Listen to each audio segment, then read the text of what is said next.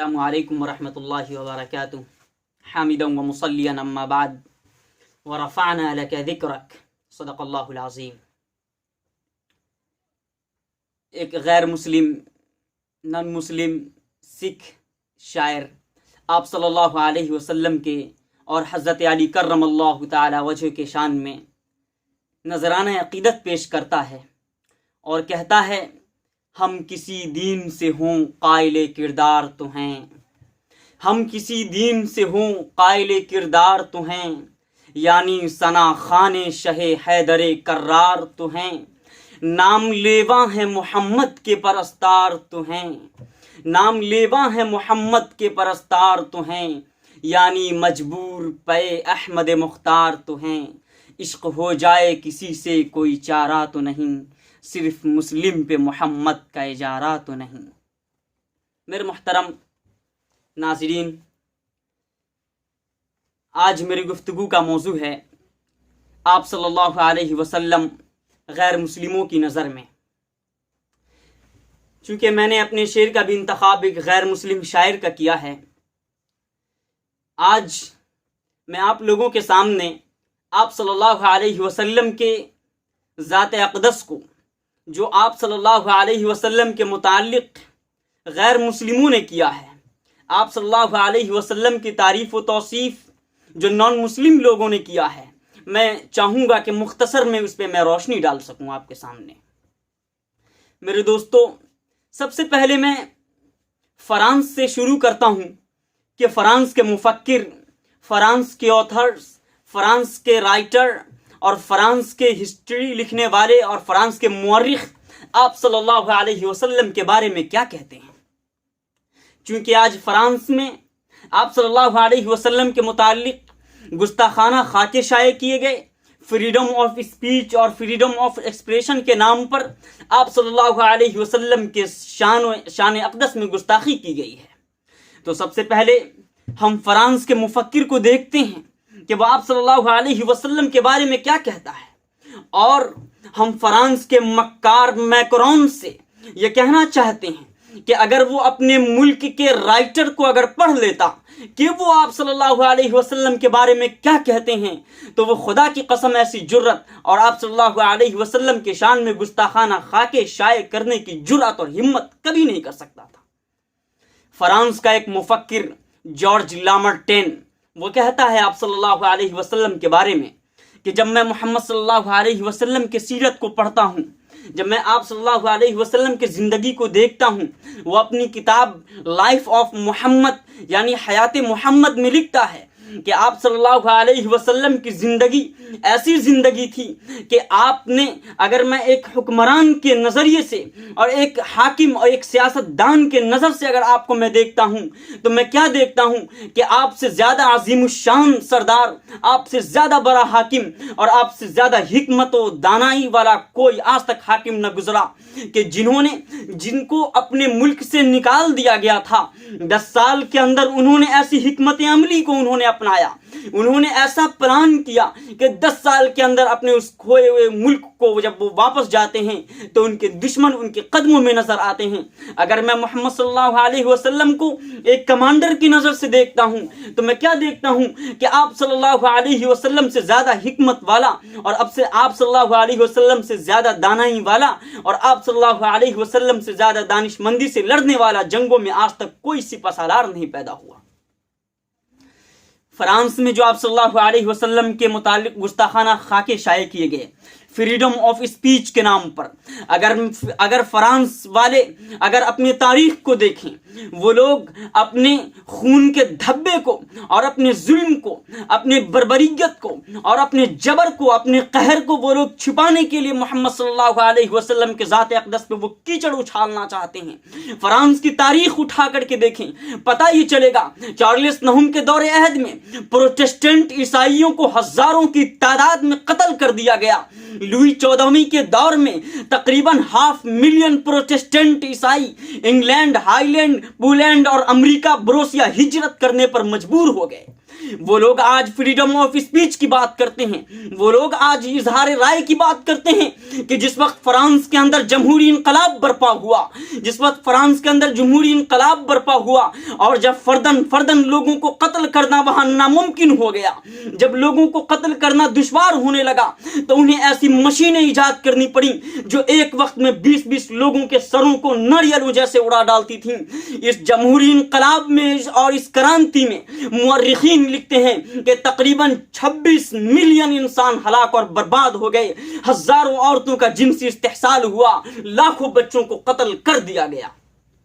یہ فرانس کی تاریخ ہے۔ آج وہ اسلام کے اوپر کیچڑ اچھالنا چاہتے ہیں، اور وہ چونکہ فرانس کا صدر مکار میکرون یہ جانتا ہے کہ مسلمان کبھی عیسائیوں کے شان میں گستاخی نہیں کر سکتے، کیونکہ مسلمانوں کے نزدیک حضرت عیسیٰ علیہ السلام کی زندگی، حضرت مریم علیہ السلام کی زندگی ایک مقدس زندگی ہے، ایک نبیوں والی زندگی ہے۔ تمام عیسائیوں کو اور تمام یہودیوں کو، خاص طور سے عیسائیوں کو، مسلمانوں کا اور خاص طور سے آپ صلی اللہ علیہ وسلم کا ان کا مرہون منت ہونا چاہیے، ان کو تسلیم کرنا چاہیے کہ عیسائیوں کو جو عزت آپ صلی اللہ علیہ وسلم نے دی ہے، ارے تاریخ اٹھا کر کے دیکھو، آپ صلی اللہ علیہ وسلم کے بعثت سے قبل یہودی حضرت مریم علیہ السلام کے شان میں نہ جانے کیسی گستاخیاں کرتے تھے، اور حضرت عیسیٰ علیہ السلام کو ناجائز اولاد قرار دیا کرتے تھے، حضرت مریم علیہ السلام کو نہ جانے کیسے کیسے برے القاب سے نوازتے تھے، مگر پیارے آقا صلی اللہ علیہ وسلم جب تشریف لائے تو انہوں نے بتایا کہ عیسیٰ روح الحق ہیں، عیسیٰ کلمت الحق ہیں، مریم پاک اور صاف ہیں، مریم علیہ السلام بالکل مطہر اور پاکیزہ اور صاف و شفاف ہیں، انہوں نے کوئی کسی قسم کی غلطی نہیں کی۔ وہ مکار میکرون یہ جانتا ہے کہ مسلمان کبھی عیسائیوں کے شان میں گستاخی نہیں کریں گے، وہ اس کا بیجا فائدہ اٹھانا چاہتا ہے اور اپنی تاریخ کو اور اپنے ناپاک ہسٹری کو وہ چھپانا چاہتا ہے جو آپ صلی اللہ علیہ وسلم کے شان میں اس نے گستاخی کی ہے۔ میرے دوستو، اب ہم فرانس کے آگے باہر نکل کے چلتے ہیں، دیکھتے ہیں کہ یہ ملک ہندوستان جس نے میکرون کے اس پالیسی پر، میکرون کے اس نظریے کی جس نے حمایت کی ہے، ہم دیکھتے ہیں کہ اس ہندوستان کے ہندو آپ صلی اللہ علیہ وسلم کے بارے میں کیا کہتے ہیں۔ ہم بابا قوم مہاتما گاندھی کی تاریخ پڑھتے ہیں، ان کی لکھے ہوئے کتابوں کو دیکھتے ہیں تو پتہ یہ چلتا ہے مہاتما گاندھی نے کہا محمد صلی اللہ علیہ وسلم سے بڑا سماجی ریفارمر، محمد صلی اللہ علیہ وسلم سے بڑا مہاپرش اور محمد صلی اللہ علیہ وسلم سے بڑا مانوتا کا سندیش دینے والا اور مانوتا کا پاٹ پڑھانے والا آج تک پوری دنیا میں کوئی نہیں پیدا ہوا۔ وہ محمد صلی اللہ علیہ وسلم ہی ہیں جنہوں نے مکہ کے اپنے ظالموں کے اوپر پورے طور پر سے قابض ہونے کے باوجود انہیں معاف اور رہا کر دیا۔ یہ آپ صلی اللہ علیہ وسلم نے مانوتا کا درس دیا ہے۔ اور راما کرشنا راؤ، میسور کے پروفیسر، میسور یونیورسٹی کے پروفیسر راما کرشنا راؤ کہتے ہیں کہ اگر محمد صلی اللہ علیہ وسلم اس دنیا میں تشریف نہیں لاتے تو اس کائنات سے، اس دنیا سے اندھکار، تاریکی اور ظلمت کبھی ختم نہیں ہونے پاتا۔ محمد صلی اللہ علیہ وسلم نے جو لوگوں کو عزت دی ہے، محمد صلی اللہ علیہ وسلم نے جو لوگوں کو جو عزت اور مقام عطا کیا ہے، دنیا کے کسی بادشاہ نے، دنیا کے کسی نبی نے، دنیا کے کسی اور انسان نے وہ مقام آپ صلی اللہ علیہ وسلم جیسا نہیں دیا۔ امریکہ کے بڑے بڑے مورخ، امریکہ کے بڑے بڑے ہسٹری لکھنے والے، وہ آپ صلی اللہ علیہ وسلم کے تعریف اور توصیف میں انہوں نے بہت ساری کتابیں لکھ ڈالی ہیں۔ میں ابھی انشاءاللہ میں سب کا تذکرہ کروں گا آپ کے سامنے۔ ارونگ واشنگٹن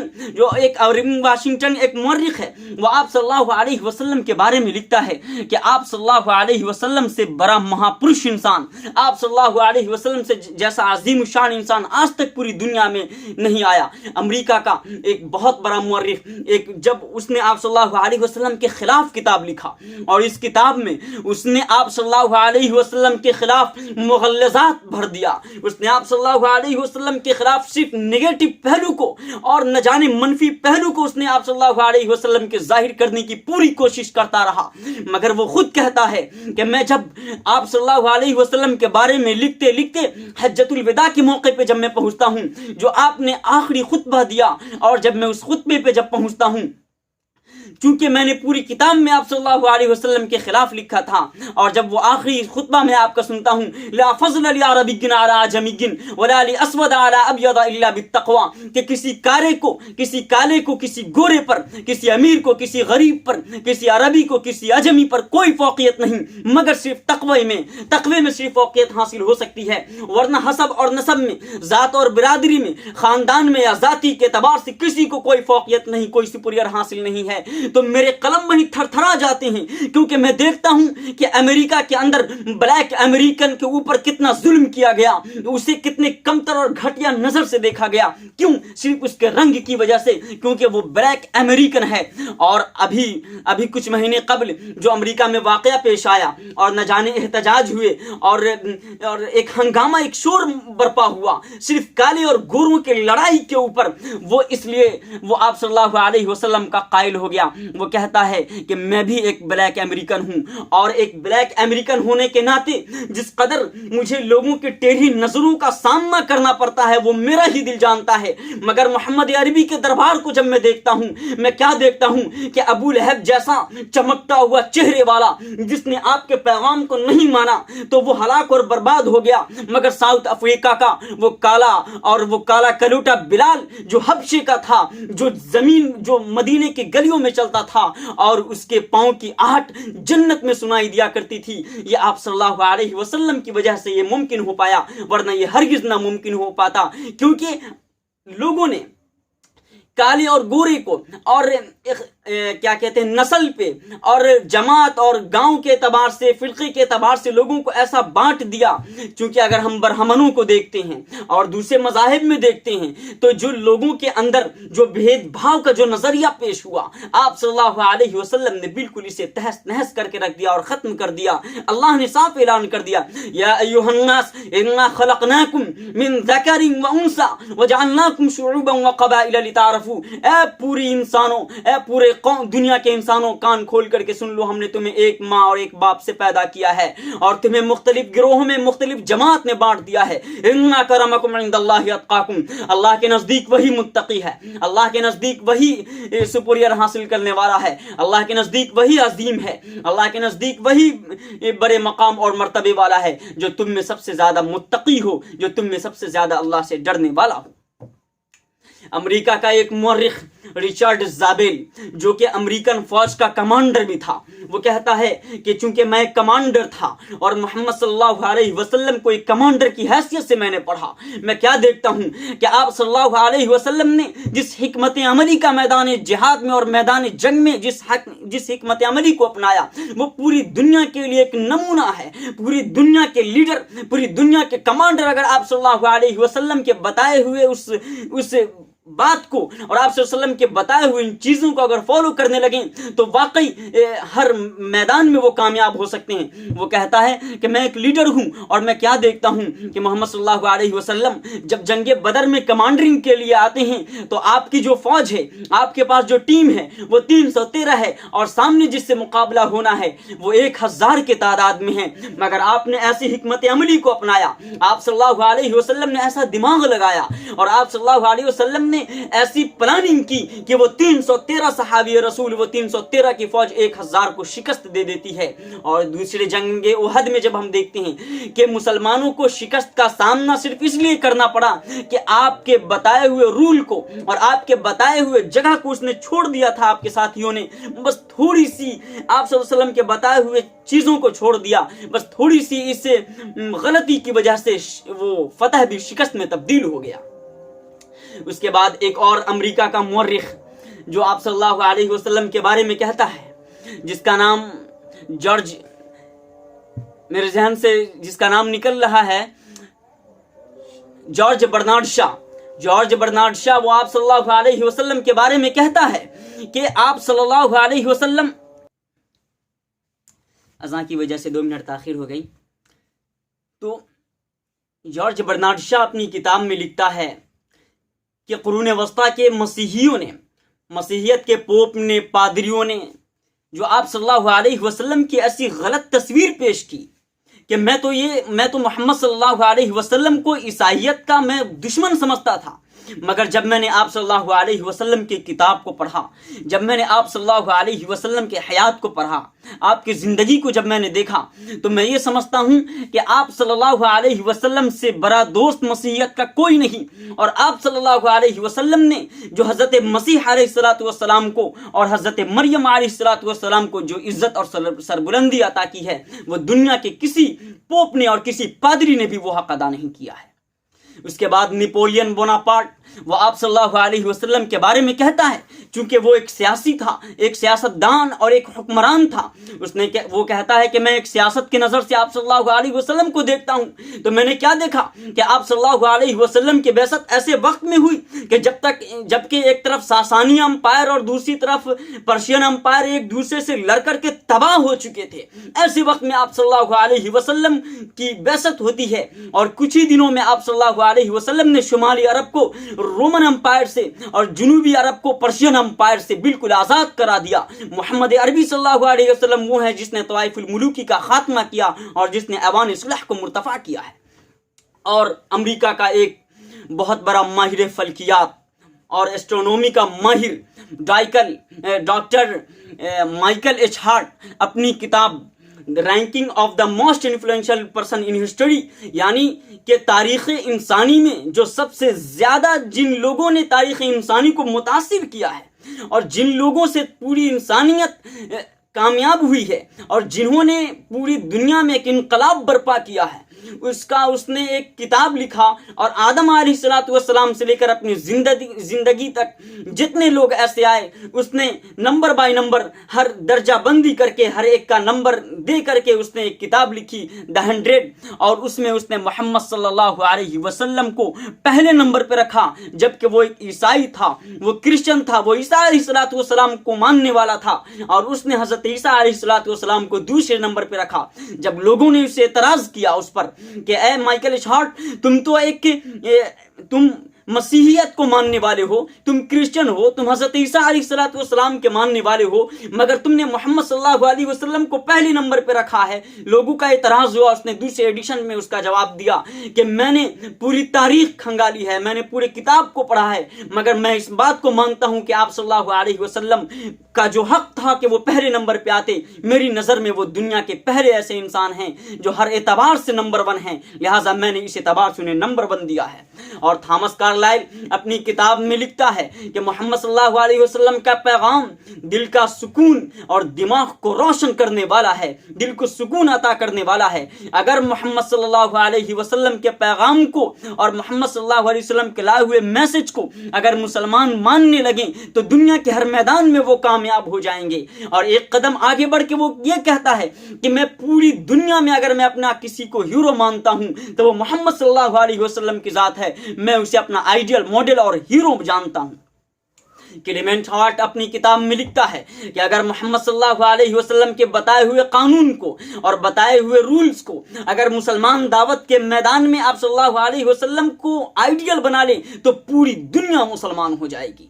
یہ وہ لوگ ہیں جو اسلام کو نہیں مانتے ہیں، یہ وہ لوگ ہیں جو آپ صلی اللہ علیہ وسلم کے لائے ہوئے پیغام کو جنہوں نے پڑھا ہے، جنہوں نے آپ صلی اللہ علیہ وسلم کی زندگی کو پڑھا ہے، جنہوں نے آپ صلی اللہ علیہ وسلم کے اوپر ریسرچ کیا ہے، تو وہ آپ صلی اللہ علیہ وسلم کے قائل ہو گئے ہیں، وہ آپ کے شان کے معترف ہیں، وہ آپ کو ماننے کے لیے تیار ہیں۔ مگر اس میں کچھ لوگ ایسے ہیں کیونکہ جو آپ صلی اللہ علیہ وسلم کے خلاف مغلظات بکتے ہیں، جو آپ صلی اللہ علیہ وسلم کے شان میں گستاخیاں کرتے ہیں، ایسے کم وقت قسم کے لوگ ہیں جن کا عقل اور ذہن بالکل معوف ہو چکا ہے، وہ بالکل حکومت کے نشہ میں بدہوش اور بدمست ہو چکے ہیں، ان کا دل، ذہن اور دماغ بالکل معوف ہو چکا ہے۔ چونکہ انسائکلوپیڈیا میں ایک کتاب چھپی تھی آپ صلی اللہ علیہ وسلم کے متعلق، اس میں ایک مقالہ لکھا گیا تھا، اور اس مقالے کے آخر میں یہ لکھا گیا کہ پوری دنیا میں جتنی عظیم الشان ہستیاں گزری ہیں اور جن جن لوگوں کے اوپر انگلیاں اٹھائی گئی ہیں اور کیچڑ اٹھا لے گئے ہیں، محمد صلی اللہ علیہ وسلم کی ذات ایسی ہے جن میں سب سے زیادہ آپ صلی اللہ علیہ وسلم کے اوپر کیچڑ اٹھا لے گئے ہیں۔ بعض لوگ نفرت اور تعصب کی وجہ سے بعض لوگوں نے آپ صلی اللہ علیہ وسلم کے اوپر کیچڑ اچھالا ہے، اور بعض ایسے ہیں جن کا ذہن اور دماغ آپ صلی اللہ علیہ وسلم تک نہیں پہنچ پاتا. جو آپ صلی اللہ علیہ وسلم کو سمجھنے سے عاجز اور قاصر ہیں, ان لوگوں نے آپ صلی اللہ علیہ وسلم کے خلاف مغلظات بکا ہے. اور یہاں تک کہ آپ صلی اللہ علیہ وسلم کے دور کے اس وقت کے ابو جہل اور ابو لہب وہ بھی آپ صلی اللہ علیہ وسلم کے قائل تھے. وہ کہتے تھے, ابو جہل سے کسی نے جنگ بدر کے دن رات کو پوچھا, اے ابو جہل کل تو جنگ کا دن ہے, آج میں تم سے ایک بات پوچھنا چاہتا ہوں, تم مجھے بتاؤ کہ محمد کو تم نے 40 سالہ زندگی میں تم نے کیسا پایا؟ کیا محمد کو کبھی جھوٹ بولتے ہوئے تم نے دیکھا؟ کیا محمد کو کبھی کچھ غلط کرتے ہوئے دیکھا ہے؟ میرے اور تمہارے سوا یہاں کوئی نہیں ہے, تم بتاؤ تو صحیح محمد کیسے تھے؟ وہ ابو جہل کہتا ہے, آؤ آج میں تمہیں حقیقت بتاتا ہوں. خدا کی قسم محمد سے میں نے کبھی جھوٹ بولتے ہوئے نہیں سنا. میں نے کبھی نہیں دیکھا کہ محمد صلی اللہ علیہ وسلم نے جھوٹ بولا ہو. میں نے کبھی نہیں دیکھا کہ محمد نے کوئی غلط کام کیا ہو, مگر نہ جانے میں ایگو میں آ کر کے یا اپنی انانیت کی وجہ سے, اپنے میں کی وجہ سے, اپنے ناک کی وجہ سے اور نفرت اور تعصب میں اس کے خلاف ورزی کرتا ہوں, میں اس کے خلاف کھڑا ہوا ہوں, حالانکہ میں یہ جانتا ہوں کہ میں بالکل غلط ہوں. صلی اللہ علیہ وسلم. یہ وہ لوگ ہیں جو آپ صلی اللہ علیہ وسلم کو نہیں مانتے. اپنے تو اپنے, غیر بھی آپ صلی اللہ علیہ وسلم کی تعریف اور توصیف میں, اور انڈیا کے بہت سارے ہندو شاعروں نے آپ صلی اللہ علیہ وسلم کے متعلق نہ جانے کتنی اچھی اچھی شاعریاں کی ہیں, اور آپ صلی اللہ علیہ وسلم کے شان اقدس میں نذران اقدس پیش کیا ہے. بہت سارے ایسے ہندو جو لوگ ہندو ہیں جو جنہوں نے آپ صلی اللہ علیہ وسلم کی زندگی کو دیکھا ہے, جنہوں نے آپ صلی اللہ علیہ وسلم کی زندگی کو پڑھا ہے, وہ آپ صلی اللہ علیہ وسلم کے قائل ہیں, وہ آپ صلی اللہ علیہ وسلم کے ماننے والے ہیں. لہٰذا ہم یہی کہیں گے ان لوگوں سے جو آپ صلی اللہ علیہ وسلم کے شان اقدس میں گستاخی کرتے ہیں, وہ سن لیں کہ مسلمان حضرت عیسیٰ علیہ السلام, حضرت مریم علیہ السلام کے خلاف ہرگز نہیں بول سکتے. اس کا یہ مطلب نہیں کہ تم اس کا غلط معنی لے لو, کیونکہ قرآن کہتا ہے وَلَا تَسُبُّوا الَّذِينَ يَدْعُونَ مِن دُونِ اللَّهِ فَيَسُبُّوا اللَّهَ عَدْوًا بِغَيْرِ عِلْمٍ. اے مسلمانوں, تم ان لوگوں کے خلاف نہ بولو جن لوگوں کو غیر مسلم پوجتے ہیں, ہندو پوجتے ہیں, یا بودھ پوجتے ہیں, یا عیسائی جنہیں پوجتے ہیں, یا جنہیں یہودی جانتے ہیں اور مانتے اپنا خدا مانتے ہیں, ان کے خلاف تم مغلظات نہ بکو, ان کے خلاف تم گالیاں نہ دو, ان کو تم برا بھلا نہ کہو. فَيَسُبُّوا اللَّهَ عَدْوًا بِغَيْرِ عِلْمٍ. وہ انجانے میں وہ تمہارے خدا کو بھی وہ گالی دے بیٹھیں گے. کتنا پیارا اسلام کا یہ نظریہ ہے, کتنا پیارا اسلام کا یہ پیغام ہے کہ تم وہ اسلام جس میں ایک خدا کے سوا کسی اور خدا کو پوجنا کفر اور شرک ہے, گناہ ہے, وہ اسلام یہ کہتا ہے کہ تم ان لوگوں کو برا بھلا نہ کہو جن کو غیر مسلم پوجتے ہیں یا اپنا خدا مانتے ہیں. یہ ہے قرآن. اور وہ لوگ جو فریڈم آف اسپیچ کے نعرے لگاتے ہیں اور آپ صلی اللہ علیہ وسلم کے خلاف بولتے ہیں, آؤ اسلام کے اندر اسلام پورا حق دیتا ہے کہ ہر چیز تمہیں بولنے کی تمہیں اجازت ہے. حضرت عمر رضی اللہ تعالیٰ عنہ کے دور کو جب ہم دیکھتے ہیں کہ جب بیت المال سے اور سرکاری خزانے سے کپڑا بانٹا گیا اور سب نے کپڑے پہنے, اور حضرت عمر اس کے بعد ممبر پہ تشریف لاتے ہیں اور ممبر پر تشریف لا کر کے لوگوں سے کہتے ہیں, اے لوگو اسمعوا واطیعوا, سنو اور میری اطاعت کرو. لوگوں نے ایک شخص ہاتھ اٹھایا اور کہنے لگا لا نسمع ولا نطیع. اے عمر, کچھ نہیں سنا جائے گا اور نہ ہی کچھ عمل کیا جائے گا اس پر. پہلے یہ تو بتائیں کہ سرکاری خزانے سے جو کپڑا بانٹا گیا تھا وہ کپڑا اتنا چھوٹا تھا کہ وہ آپ کے کپڑے کو نہیں ڈھانک سکتا ہے, کیونکہ حضرت عمر بہت ڈیل ڈال, بہت لمبے ترنگے تھے. اس لیے اس نے اعتراض کیا کہ اے عمر رضی اللہ تعالیٰ عنہ, جو بیت المال سے جو کپڑا بانٹا گیا اس کپڑے سے آپ کا جسم آپ کا چھپ نہیں سکتا ہے, یہ کپڑا آپ کہاں سے لائے ہو؟ پہلے اس کا جواب دو, اس کے بعد آپ کی بات سنی جائے گی. وہ وقت کا حکمران جو 22 لاکھ مربع میل پر حکومت کر رہا ہے, جس نے رومن امپائر اور پرشین امپائر کے جس نے جڑوں کو ہلا کر کے رکھ دیا ہے, جس کے راستے سے شیطان بھی ہٹ جایا کرتا ہے, اس عمر کے خلاف پورے مجمع عام میں ایک عام انسان سوال کرتا ہے, پہلے یہ تو بتاؤ کہ تم نے جو یہ کپڑا پہنا ہے یہ کپڑا تم کہاں سے لائے ہو؟ حضرت عمر نے یہ نہیں کہا کہ لاؤ اس کا سر قلم کر دو, یہ کون گستاخ ہے جو میرے شان میں گستاخی کر رہا ہے, بلکہ فریڈم آف اسپیچ یعنی اظہار رائے کا یہ حضرت عمر نے ایک نمونہ پیش کیا. اس نے کہا, اے میرے بیٹے عبداللہ, کھڑے ہو جاؤ اور بتاؤ کہ وہ جو تمہیں جو کپڑا ملا تھا وہ کہاں ہے. وہ ان کا بیٹا کھڑا ہوتا ہے اور کہتا ہے کہ بیت المال کے سرکاری خزانے سے جو کپڑا بانٹا گیا تھا ایک کپڑا مجھے بھی ملا, میں نے یہ چادر اپنے ابو جان کو ہدیے اور تحفے گفٹ میں دے دیا ہے. وہ کہتا ہے ٹھیک ہے آپ کہو, اب تمہاری بات کہی بھی جائے گی اور سنی بھی جائے گی, اس پہ عمل بھی کیا جائے گا. یہ ہے فریڈم آف اسپیچ. ایک امریکہ کا ایک مورخ کہتا ہے کہ جب حضرت عمر سے روم کی جب لڑائی ہوئی تو وہاں کا وزیر آیا اور آپ حضرت عمر سے کہنے لگا ان بدوؤں کو لے کر کے تم میرے مقابلے میں آ رہے ہو, یہ وہ لوگ ہیں کہ جو لوگ تمہاری بات نہیں مانیں گے جنگ کے اندر. وہ کہتے ہیں ٹھیک ہے آؤ میں تمہیں جلوہ دکھاتا ہوں. وہ ایک حجرے میں بیٹھے ہوتے ہیں, سامنے ہزاروں صحابہ کرام کا اور فوجوں کا ایک لشکر ہوتا ہے. تو اس وقت حضرت عمر رضی اللہ تعالیٰ عنہ باہر نکلتے ہیں اور اس کے سامنے ایک نیزہ ایک تیر ہاتھ میں لیتے ہیں اور یوں اشارہ کرتے ہیں اور کہتے ہیں کہ اذان ہو چکی ہوتی ہے اور جماعت کا وقت ہوتا ہے. حضرت عمر اپنے ہاتھ میں تیر لے کر کے یوں اشارہ کرتے ہیں تو ہزاروں صحابہ کرام بالکل صف لگا کر کے کھڑے ہو جاتے ہیں سیکنڈوں میں, لمحوں میں اور منٹوں میں, اور دوسرے ہاتھ سے یوں اشارہ کرتے ہیں. پورے مجمع کے لوگ سب کھڑے ہو کر کے صف باندھ لیتے ہیں اور ایک قطار میں ایک لائن میں کھڑے ہو جاتے ہیں. وہ روم کا وہ وزیر بے ہوش ہو کر کے غش کھا کر کے گر جاتا ہے اور ہوش میں آتا ہے تو کہتا ہے واہ محمد عربی نے اپنے ساتھیوں کی کیسی تربیت کی ہے. وہ لوگ جو کنویں پہ پانی لینے کے لیے لائن لگاتے تھے تو وہ ایک دوسرے کا سر قلم کر دیا کرتے تھے. وہ لوگ جو گھوڑے دورانے میں ایک دوسرے سے آگے اگر کوئی نکل جاتا تھا تو اس کا سر قلم کر دیا جاتا تھا, اور وہ جنگ 40 سال تک اور نسل در نسل تک وہ جنگ چلتا تھا. محمد نے کیسی تربیت کی ہے. ظاہر ہے کہ اب ہماری حکومت ختم ہو جائے گی, اور وہ یہ کہہ کے چلا جاتا ہے. تاریخ نے وہ نظارہ بھی دیکھا, لوگوں نے وہ نظارہ بھی دیکھا کہ وہ روم بھی فتح ہوتا ہے, ایران بھی فتح ہوتا ہے, وہ تمام جگہیں فتح ہو جاتی ہیں. بہرحال کہنے کا مطلب یہ ہے کہ جو لوگ آج محمد صلی اللہ علیہ وسلم کے خلاف کہے جا رہے ہیں, جو آپ صلی اللہ علیہ وسلم کے خلاف گستاخیاں کر رہے ہیں, اگر وہ لوگ اپنے ملک کے لکھے ہوئے رائٹر کی کتابیں اگر دیکھیں, اگر ان کو پڑھنے کی کوشش کریں تو آپ صلی اللہ علیہ وسلم کی سیرت ان کے سامنے کھل کر کے آ جائے گی, اور اس کے بعد انشاءاللہ وہ ایسی جرأت اور ہمت نہیں کریں گے. اللہ ہمیں اور آپ کو سننے اور کہنے سے زیادہ عمل کی توفیق عطا فرمائے. وآخر دعوانا الحمدللہ رب العالمین.